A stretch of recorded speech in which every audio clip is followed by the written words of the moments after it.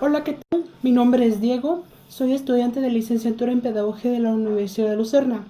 En este video hablaré sobre los temas vistos en el segundo parcial de la materia de Historia de la Educación.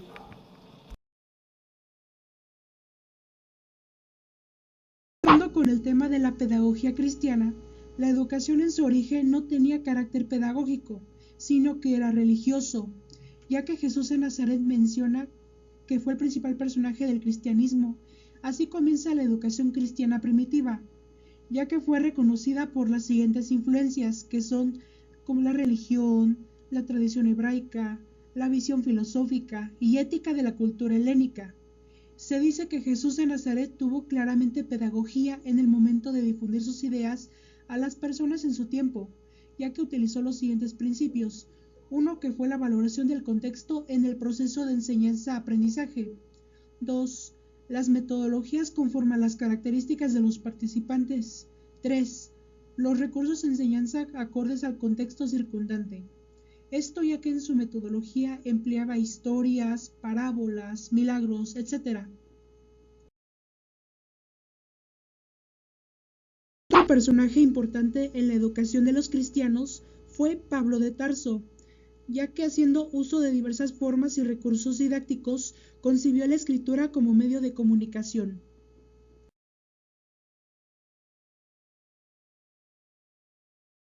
Ahora hablaremos sobre el humanismo, ya que fue un movimiento que surgió en Europa.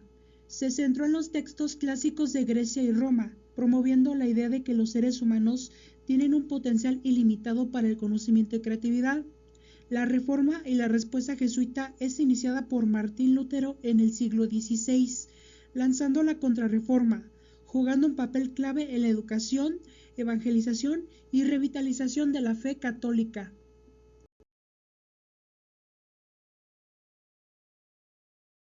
En el realismo pedagógico se enfatiza la observación y la experiencia directa en el aprendizaje, ya que los pensadores Comenius y Locke defendían una educación centrada en el conocimiento.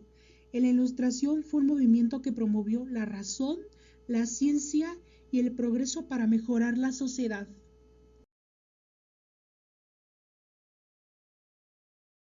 El idealismo es una corriente filosófica en la cual se compone de ideas y que la educación enfatiza la formación moral y espiritual. Entonces decimos que en el humanismo se refiere en formar personas en amor y valores.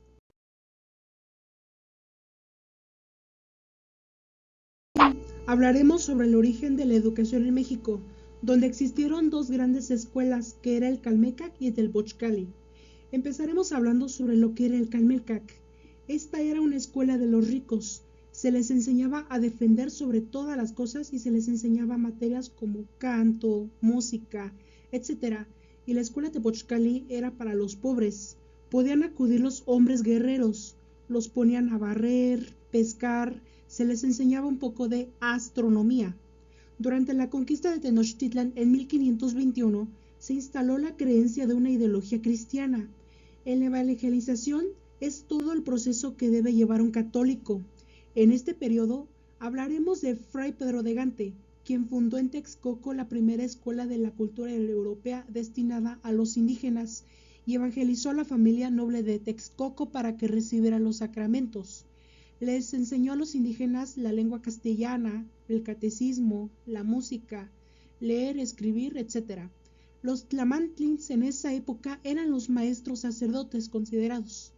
Cabe mencionar que la primera Universidad de México fue el Colegio de Santa Cruz Tlatelolco, y en el siglo XVI convirtió a los indios en universitarios.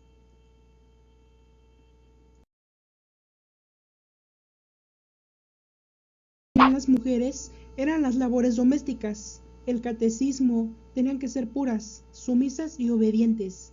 En pocas palabras, su único derecho de las mujeres era el matrimonio.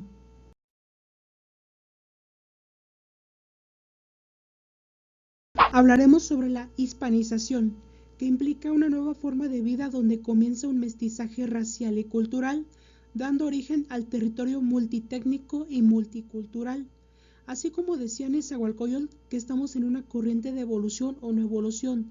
Esto nosotros como futuros pedagogos es el impacto que debemos de tener.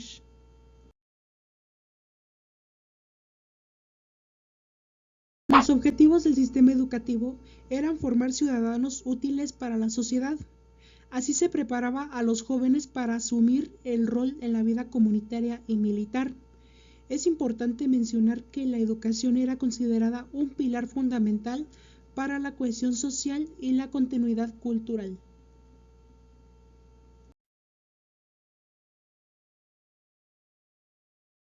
Sobre la educación en el México independiente. En el siglo XVIII, la educación debía servir para la doctrina cristiana. Durante el proyecto de Iturbide se firma la Carta de Independencia, pero a falta de fondos se deja pendiente el proyecto educativo. La Compañía Lancasteriana se encarga de fundar las escuelas normales. Este tipo de escuela lancasteriana atendía a niños pobres y después cambió al nombre de enseñanza primaria. Surgió el método cordobense, el cual su propósito es enseñar a leer y escribir a todos. En el año de 1833 se crea la primera institución pública y se trabajan los primeros libros de texto.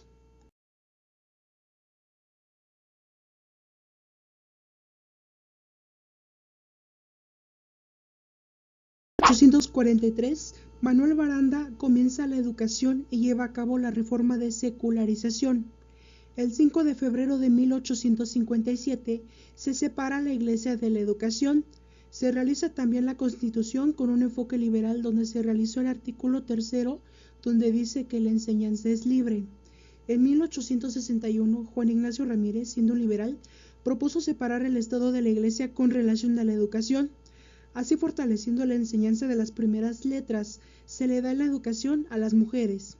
Se menciona que la educación es gratuita, obligatoria y laica para hombres y mujeres.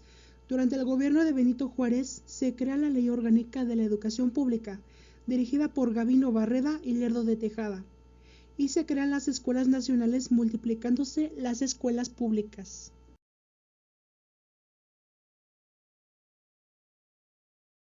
Samen y Enrique Lobscher crean la primera institución que forma docentes, que es la Escuela Normal de México.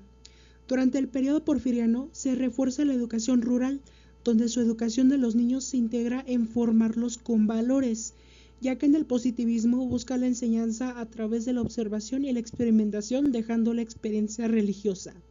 Justo Sierra era un abogado que estableció un método educativo para enseñar a pensar a los estudiantes y no a memorizar, creando los jardines de niños en 1904.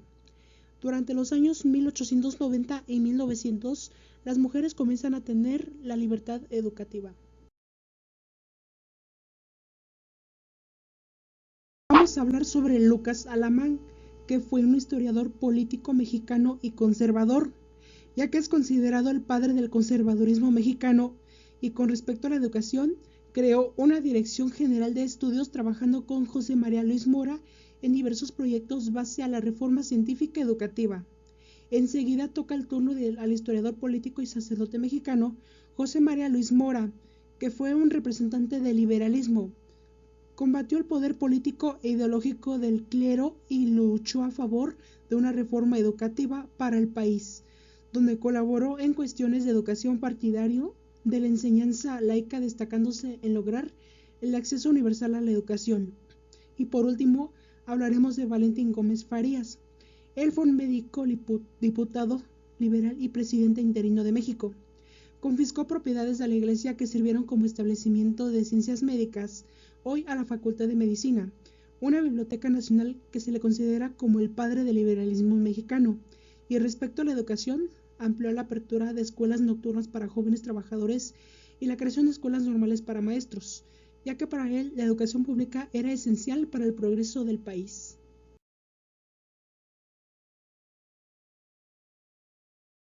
En mi opinión, es importante mencionar cómo la historia de la educación en México y la educación actual siguen latentes, ya que influyen como el humanismo en la actualidad, comparado con la nueva escuela mexicana, que se basa en la igualdad e inclusión de formar con valores a los estudiantes, y que la importancia de la educación sea como una herramienta que va permitiendo establecer criterios de mejora para los planes de estudio y aprendizaje. Y bueno, que sea de utilidad esta información, les agradezco mucho su atención, muchas gracias.